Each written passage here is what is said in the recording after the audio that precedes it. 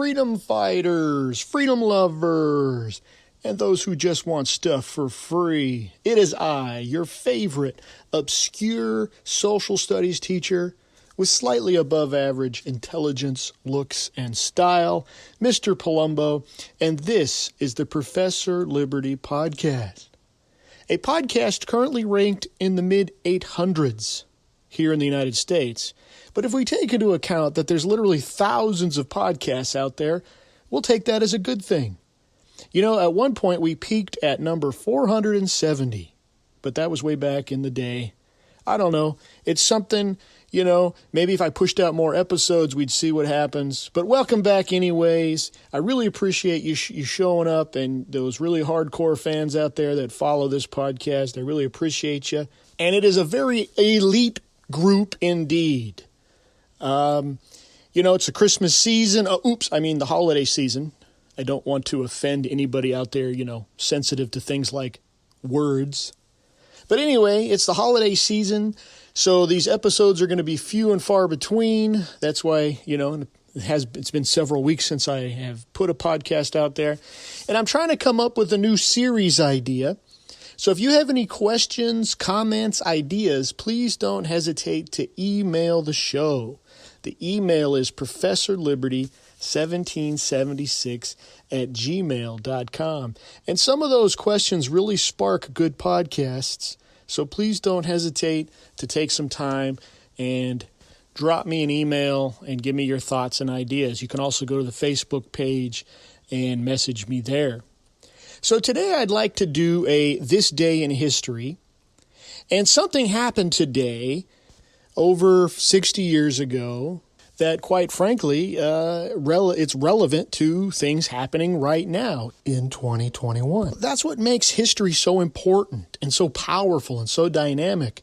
For those of us who know history and study history, we can literally predict with decent accuracy what's going to transpire before it actually does, because history repeats itself.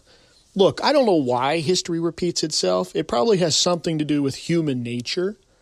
In the 5,000 years of recorded history, who knows how many thousands of years before that, people are the same.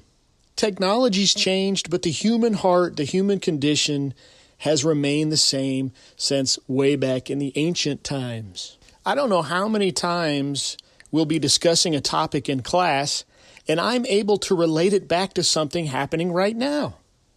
You know, for example, just this week in U.S. history, we were discussing the Scopes monkey trial. For those who don't remember, that's the famous trial in Tennessee where a teacher was found guilty for teaching the theory of evolution in class. Oh my gosh. This is America in the early 20s, you got to remember, and most people still held fundamentalist Christian views of creation. Now, some of you will probably say, oh, here we go. You in the back with your hand up. Go ahead. Mr. Palumbo, Mr. Palumbo, this was a crucial case, Mr. Palumbo, because even though the teacher was found guilty, the ideas of a more secular style of teaching was slowly brought into the public schools. So I think the Scopes monkey trial was a good thing, Mr. Palumbo, because, we don't have to be indoctrinated into some kind of make-believe religious fantasy, Mr. Palumbo. Science is more superior than these made-up fairy tales, and students are better off learning about evolution because science is the thing, Mr. Palumbo. Are you finished? Yes, I'm finished. Okay, so anyway, Actually, Mr. Palumbo, one more thing. Go ahead. Also, the Bible is stupid. Okay, so it's correct when you say that the Scopes monkey trial is considered a turning point in education. And it's a turning point more away from the Judeo-Christian based model to a more humanistic secular model that we're living in today. Well, here's what's crazy. So back then, you weren't allowed to teach about evolution. You could only teach about the Bible. And today, you can only teach evolution. You can't teach the Bible. So here's the question. What's the difference? Instead of teaching from all perspectives and weighing the pros and cons, the strengths and weaknesses, we've gone from censorship from the religious to censorship from the secularists.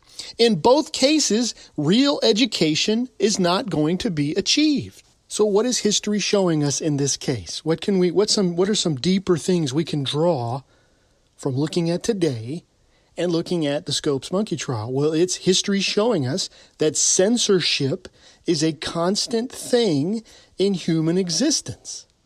And it always just depends on who has the most cultural power and influence at the time.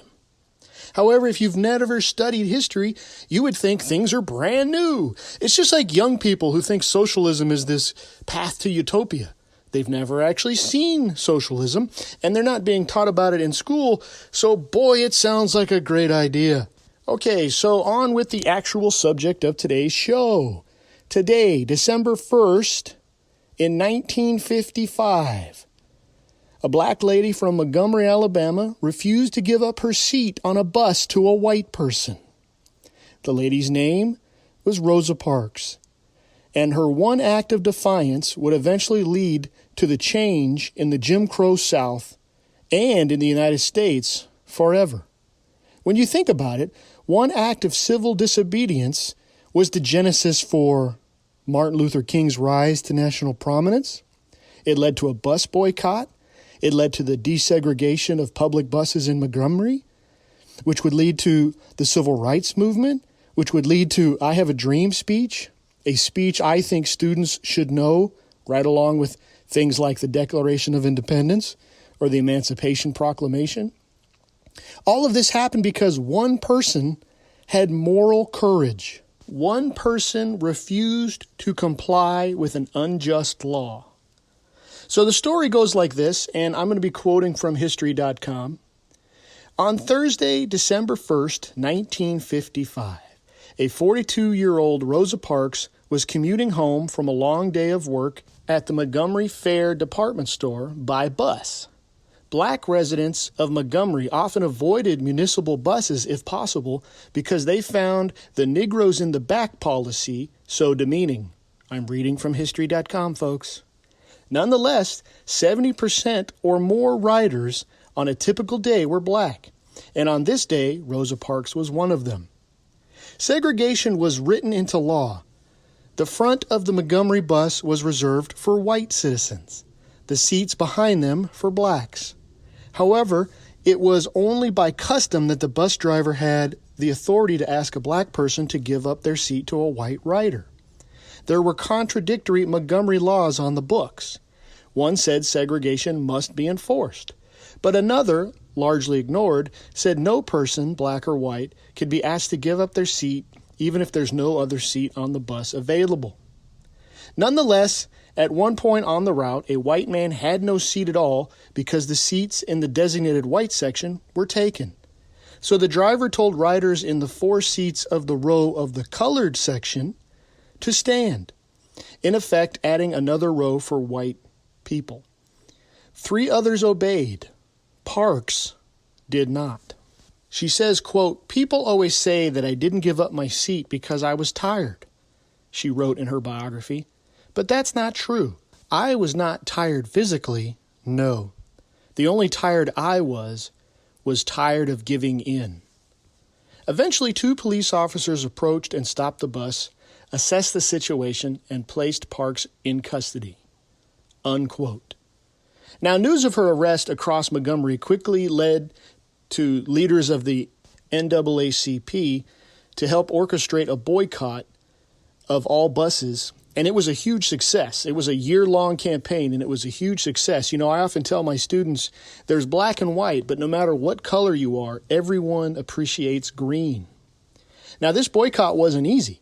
The black community in Montgomery had to band together. They had to help people get to work. They had to act as some sort of taxi service, if you will. And the boycott angered a lot of people, and some violence occurred. Martin Luther King's house, as well as the leader of the NAACP's house, were both bombed. Rosa herself was relentlessly harassed and maligned for refusing to comply with this clearly unjust law. She lost her job, and eventually her and her husband decided to move to Detroit to escape the harassment. Now let's stop here for a minute. Does this sound odd to you? I'm sure this sounds very strange to people today. Why would people be angry and even turn to violence just because black people and white people want to sit wherever they want on a bus? This happens every day in every major city across the fruited plain. When I drive to work, I see people of every stripe waiting for or riding on the bus. So what's the big deal? Of all the major issues facing the world in 1955, you mean to tell me that black people and white people sitting together on a bus was cause for bombing houses? Well, are we so different today? How many people receive death threats today for simply voicing an opposing view on anything? How many public officials are harassed outside their homes because they disagree with a policy? How many people are, quote, canceled because they said something online 20 years ago? Nothing has changed, folks. The same story is repeating itself. Notice also that Miss Parks did the right thing. She took a courageous stand, and most people hated her for it. What does that say about the kind of response you or I will receive if we dare to do the same thing? Mr. Palumbo, clearly you're wrong, Mr. Plum. We don't have segregation anymore, so obviously this is different. Really? In the news this year, we have stories of schools segregating based on race once again. At certain universities, they have multicultural rooms, which are reserved for minority groups. Whites aren't allowed, ironically. In some parts of the country, you can't go into a store, a restaurant. You can't attend a sporting event unless you have a mask. Masked people can attend. You can't. Today we have vaccination mandates coming from on high. And if you don't get the COVID vaccine, you can be fired. Well, what about people who are advised by their doctors not to get the shot because they have certain health concerns or certain genetic makeups? What about people who have already had COVID and have natural immunity? Doesn't matter. Everyone must get the vaccine, even if it might kill you, period. Just like every black person must sit in the back of the bus, period. And how are those who are refusing to wear a mask, they're refusing to comply, how are they being treated? Are folks saying, hey, that's your call, this is a free country, I respect that? No, they're being bullied, unfriended, harassed, lied about, slandered. And the real reason, boys and girls, they're being harassed and despised has really nothing to do with the COVID vaccine. They're despised because they refuse to comply. You know, most people don't have the moral courage to do what Rosa Parks did. And for most people, when they see someone take such a stand, their insecurities flare up. And instead of joining, they mock and they demean. Most people don't have the strength to think for themselves, so they just do whatever the crowd does. Personally, I think that's why culture is so fickle, because I think it's mostly just the crowd doing whatever is popular or hip at the moment. We toss back and forth like a ship at sea with the new thing, and all of a sudden everyone is this new thing because everyone wants to fit in.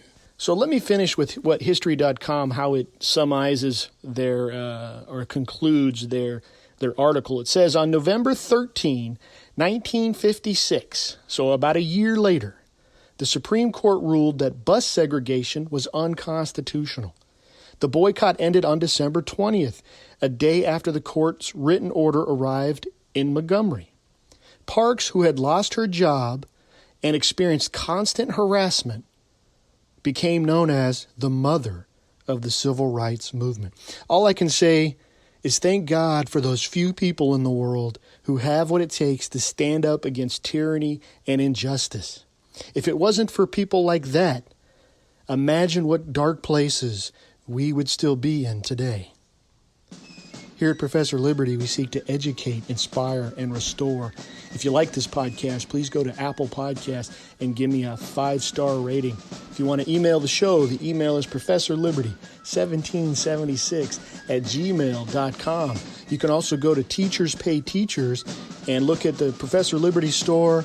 And if you want to support me in that way, I've got lessons and activities and worksheets for homeschool kids or teachers looking for ideas in social studies. That'd be a great way to help support me financially. Until next time, go throughout the land and proclaim liberty.